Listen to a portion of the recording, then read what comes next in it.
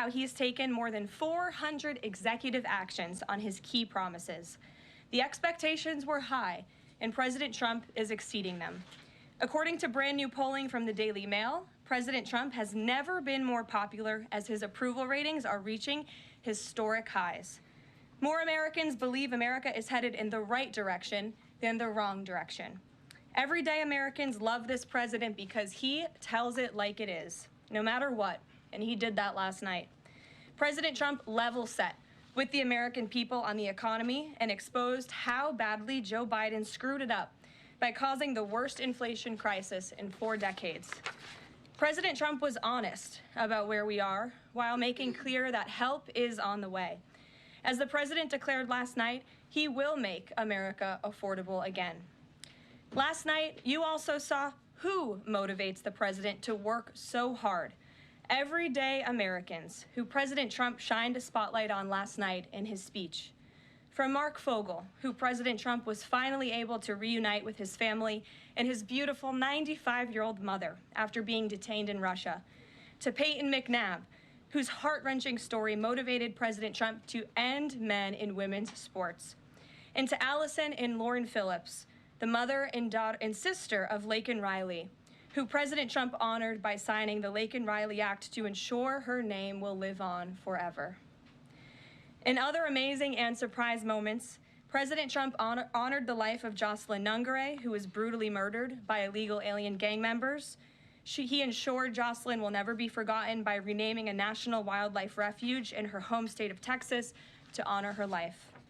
And in one of the greatest surprise moments of the night, DJ Daniel, an incredible 13-year-old boy who is beating brain cancer, saw his dreams fulfilled by President Trump when he was made an honorary Secret Service agent.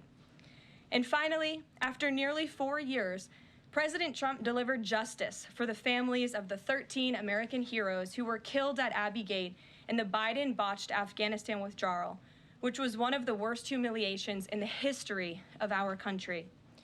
President Trump announced that we have detained Mohammed Sharifullah, the monster who was responsible for that horrific attack, and he was delivered to Dulles Airfield earlier this morning.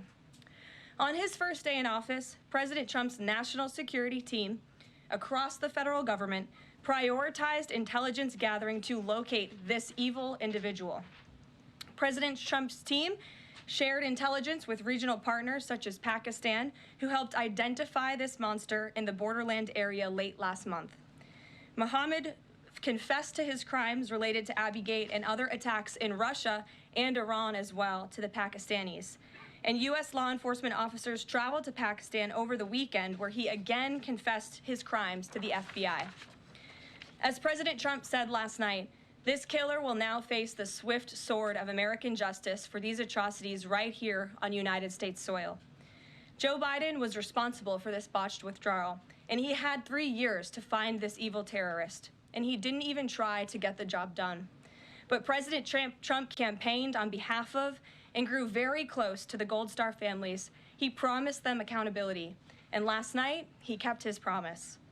He spoke to those Gold Star families yesterday, ahead of his speech, in an incredibly heartwarming call to share this incredible news.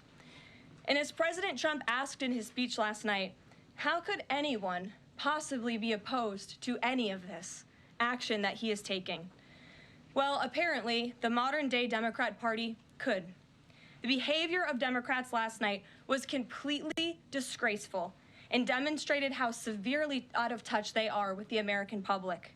It was the most shameful moment in the history of presidential addresses in that beautiful chamber. In what was supposed to be a unifying moment for our country, Democrat members of Congress instead screamed at the President of the United States, who was just overwhelmingly reelected by their constituents, walked out of the chamber, and worst of all, they disrespected the American people. Democrats didn't stand to keep men out of women's sports. They couldn't even clap for a girl who got her head smashed in by a man on a volleyball court. Democrats didn't stand for an innocent and beautiful child who is surviving brain cancer. They opposed eliminating taxes on tips and Social Security. They didn't stand in favor of cutting taxes for hardworking Americans. They couldn't even clap for 2 mothers whose daughters were killed by illegal aliens. One of the only things that could get Democrats off their feet last night was cheering for Ukraine, not for America. Last night was a very clarifying moment for our country. The Democrats exposed themselves as the party of insanity and hate, the party that wants to put America last.